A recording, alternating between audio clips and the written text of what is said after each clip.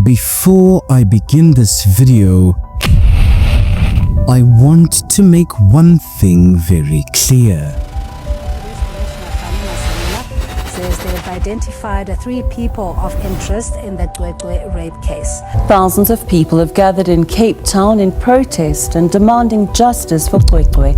So I get home at about 15 minutes ago, 11:30, and I go to my posts and I see justice for Cwecwe, justice for Cwecwe, justice for Cwecwe.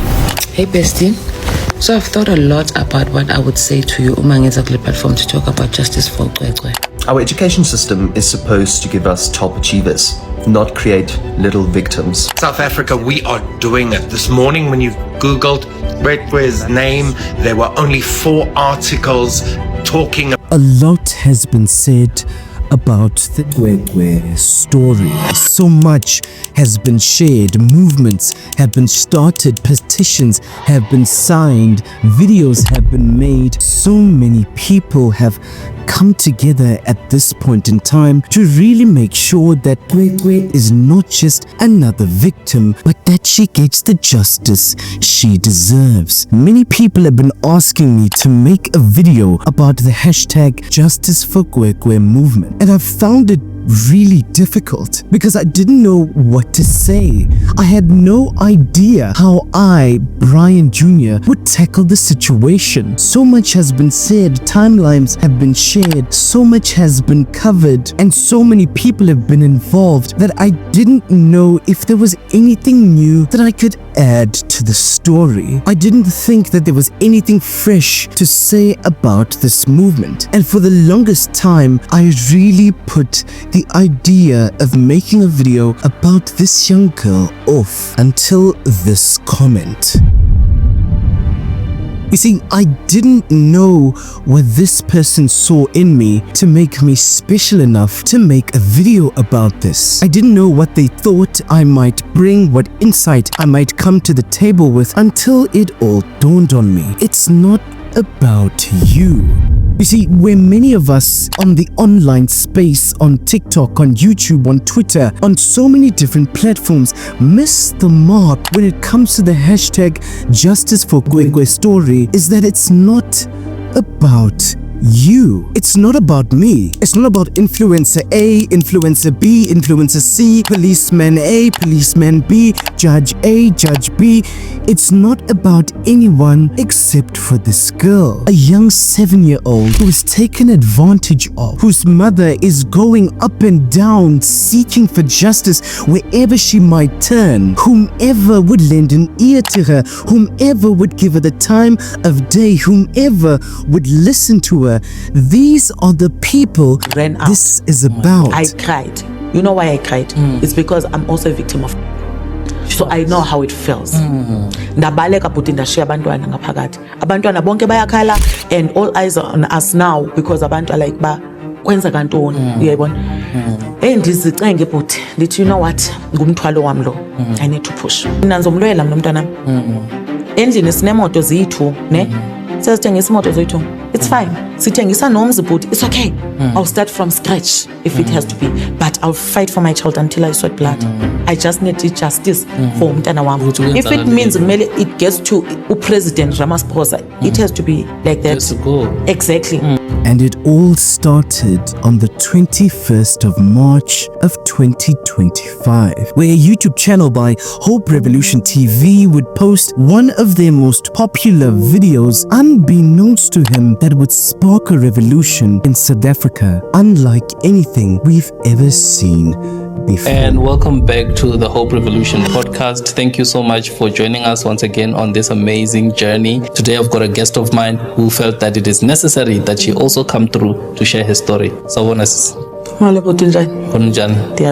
You see, it was this video, the catalyst, if you would, the straw that broke the camel's back, the rock that caused the avalanche, what would start a movement in South Africa that would take everybody by storm. You see, in this episode, Cwecwe's mother would detail how she tried for so long to find justice for her daughter after she had found out that her daughter was R-worded at school.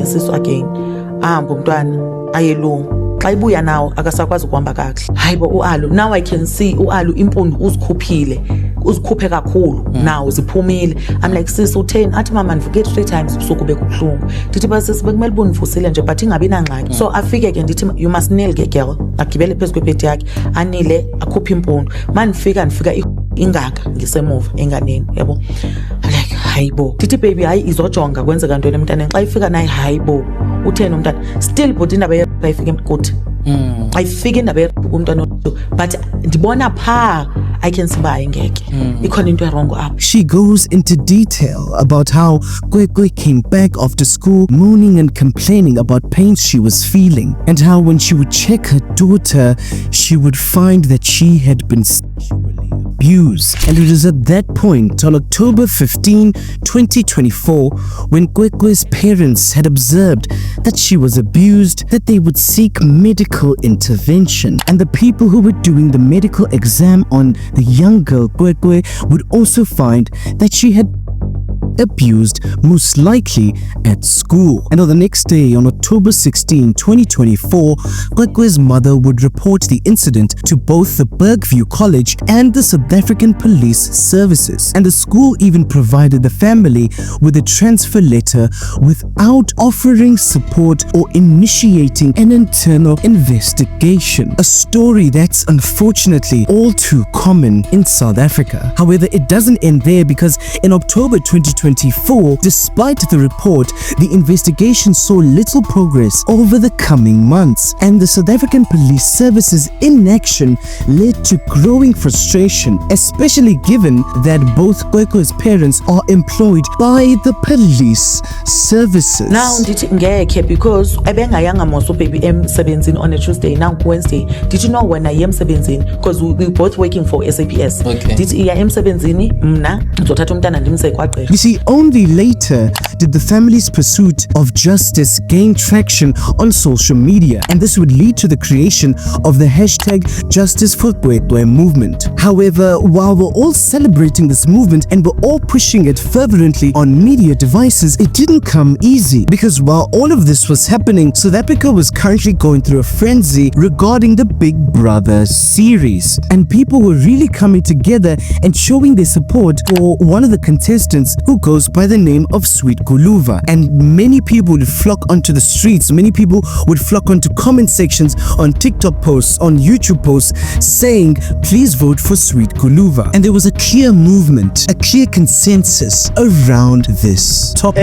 Bantu baka Cwecwe abanye bethu asibheki Big Brother, asibheki sesimazi ngoCwecwe ngoba niyasidina kuma comments enu. However, when the Cwecwe mania died down, people realized that when they come together and when they really focus on a common cause, they can get a lot of things done. Change can start to happen when people come together, and that's when the Justice for Cwecwe movement really started to take form. In comment sections on TikTok videos, you would start to see hashtag Justice for Cwecwe, and at first it was really confusing. At first, I would even scroll on a few TikTok videos and dismiss the movement as another fad, until I did some research on what exactly was going on. And that's when I realized the disturbing details of how Cwecwe's parents had tried to seek justice to no avail. And as the movement quickly grew, celebrities like Somizi, Tyler, Sia Kolisi, DJ Zintle, Mini Dlamini, Natasha Hubert, to name a few, all these people started coming together to really bring this movement to the forefront. And many TikTok influencers as well would also lead the pack.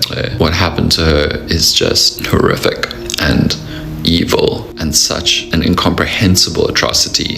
And it's an indictment of our country, of the men in our country. And what started off as a little podcast on the 21st of March would balloon into one of the biggest movements South Africa has seen in the longest times. Now, I could sit here and talk about the updates of what exactly is happening with this case, the people involved, the man who every forum is trying to protect, who is the alleged perpetrator of this crime. I could sit here and talk about all of this, but I refuse to. I refuse to make this about about the alleged perpetrator. I refuse to make this about the justice system. I refuse to make this about the police system that has failed Cwecwe to this point. And I choose to make this video about this young girl. And I choose to make this video about how South Africa has come together, has really made it a point to spread this movement, clearly showing that we can still do it. That if we come together as one unit, as one voice, we can clearly spark change.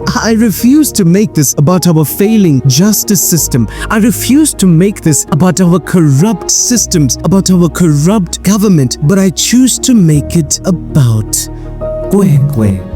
And it's always been about her and many girls like her. And this movement, these petitions, these voices that are crying out are just a reminder.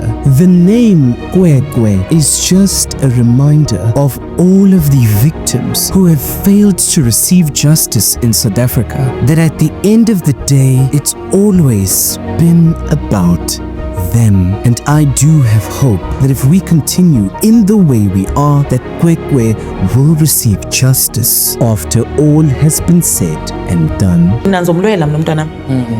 Endlini sinemoto zethu, ne? Sesithengisa imoto zethu. It's fine. Sithengisa nomzi but it's okay. I'll start from scratch if it has to be, but I'll fight for my child until I sweat blood.